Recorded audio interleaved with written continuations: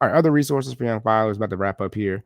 Almost half of Gen Z surveyed by Cash App Taxes were unsure of the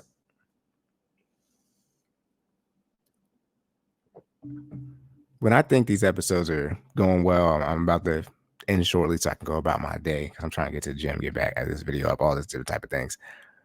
What are we talking about? When they talk about the recipes that are getting lost, shout out to Michael Urban, one of the ghosts. We're losing recipes. Knowing the tax filing date, that's on your parents. If you don't know the tax April 15th, Jesus' birthday, Christmas, July 4th, New Year's, Christmas, July 4th, New Year's, and tax day. Those are the 4 days that, if you're telling me you don't know, that are the same day. Like Thanksgiving is a day of the week. It's the 4th Thursday in what is it, in November, right? But Christmas is always the 25th. New Year's is always first. New Year's Eve is always 31st of December. New Year's is always the 1st of January.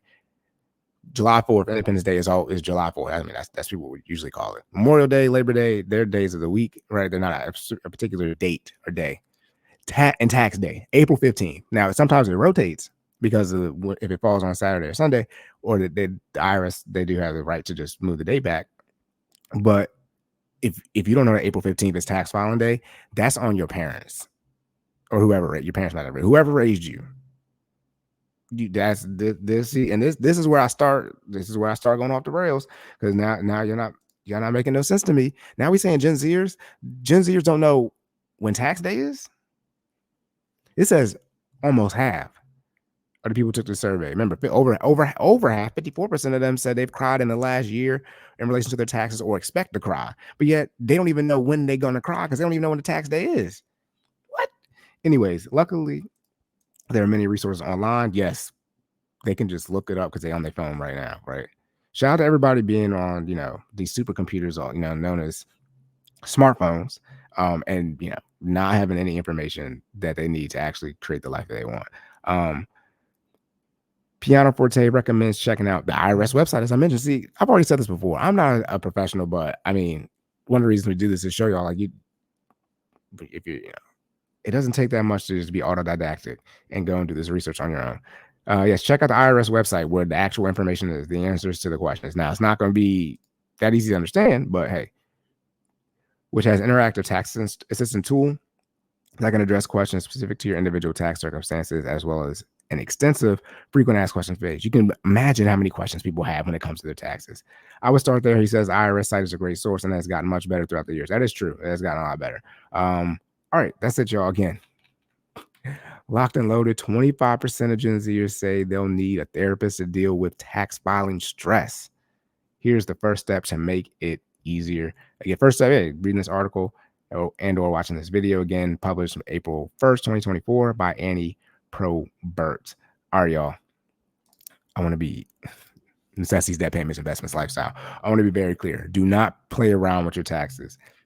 Most people, not all, but most people are in a relatively simple tax filing situation. Even if you're waiting on your 1099, if you're doing gig work, things like that, that's only going to get more complicated when you need to be tracking your deductions or your expenses with that, because you're 1099.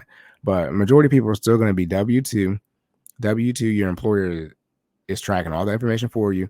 All you're doing is waiting for the form. If you have one W-2, you have literally the simplest, outside of not working at all, you just put that information in and that's it. Now, again, when I talked about using the IRS calculator and the ADP calculator to sort of see what you're going to be paying in the taxes for next year, when for 2024, but when we file next year by April 15th, I don't know if the tax deadline is April 15th exactly next year, but April 15th, tax day of 2025, you'll be able to use the IRS tax calculator and the ADP paycheck calculator. Use those to see what you're currently making, and then use the for the ADP calculator, and then use the IRS paycheck calculator, your IRS tax estimator, calculator, to get an estimate of what your taxes are going to be next year. And they don't need the whole year. They'll by putting in your pay stub information and how much you plan on making this year, the calculator will be able to project out what you're going to end up paying in taxes for the rest of the year, what you're going to be able to make for the rest of the year, and then they'll be able to say based off of your single, married, filing joint, how many kids you got, et cetera, any deductions you're going to take if it's not the standard deduction, what you're projected to owe or what you're going to get in a refund. And then you can make adjustments in the ADP paycheck calculator if you don't like what the IRS paycheck, the IRS tax, I'm getting the calculator mixed up. If you don't like the IRS calculator tells you. All right. That's it, y'all. Locked and loaded. End of this episode. Again, like I said, necessities, debt payments, investments, lifestyle. Don't play around with taxes. Do not be behind on taxes. If you want to get educated on something in finances, a particular subject that, isn't like quote unquote budgeting, taxes would be the one. This is America. You need to be educated on your tax situation. And most people's tax situation is W-2, maybe 1099, maybe some deductions. And then, for a family, child tax credit. And then at the federal level, I'm not going to speak on every state, because it's too many states in DC and Puerto Rico and wherever else you can live at technically and still qualify to have to pay tax in the United States. But in short, taxes in general are complicated as far as like initial barrier of entry, because you got the math barrier that people don't, and taxes is percentage based.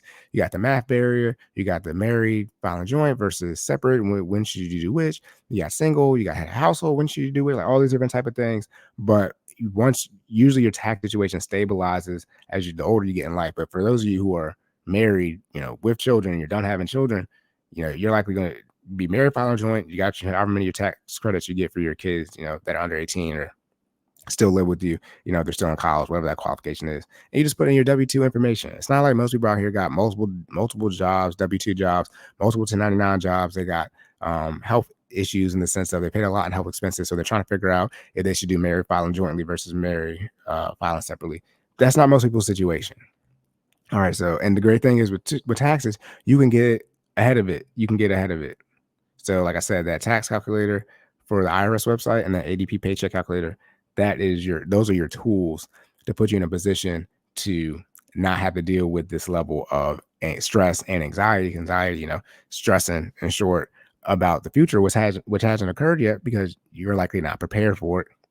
So you can start preparing for it now. What proper preparation prevents poor performance? Is that it? The 7 P's, whatever it is, 3 P's, 7 P's, pimping P, whatever it is, pushing P. Anyways, if you're already on the internet, if you're watching this, so take your time, either go back and watch this video or go, find someone who is a tax professional. They say that they're a tax professional, right? They're licensed, they're fiduciary, and get some research from them if you don't like how I explained it. And then go to the IRS website, which is the source. All right. And get some understanding on your particular tax situation. You're not going to be like me where you know all these various things. A lot of you all aren't, well, Gen Z, right? But in general, you're not buying and selling crypto. You're not doing day trading. You don't have all these, you don't have a taxable brokerage account. So you're not selling out of that or buying in that and getting dividends. So you're getting the dividend form. You're not, I'm waiting for those forms too. I'm not waiting, but those other forms I get to. But most people are in that situation. Most people got their W-2, they got their 401k, since it's your 401k, whether it's a Roth or traditional 401k, or 403b, whatever you have. You don't have to worry about taxes on that because you're still working. You haven't sold anything yet.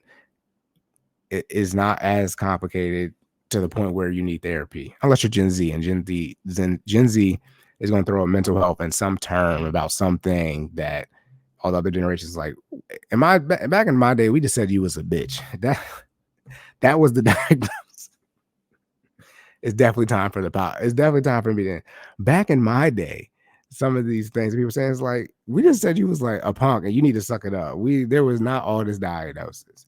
There was not, even when it comes to ADHD. I'll be 31 this year. I'm a 93 baby.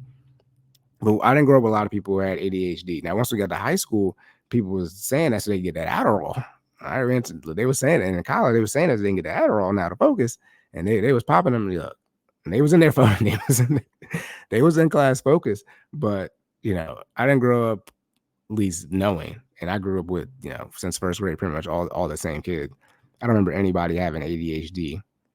If you weren't actual special needs, if you were not as smart, so you were in the non-fast paced class, and the opposite of fast would be slow. You was in the slow class. Not that we calling you slow, as people use that as a derogatory term for people who actually has some type of intellectual disability or mental retardation, but Obama changed it to intellectual disability. Not in that frame, not in the, people want to say short bus, whatever it is. You're just not as smart as the rest of us. You're not as smart as the smart class.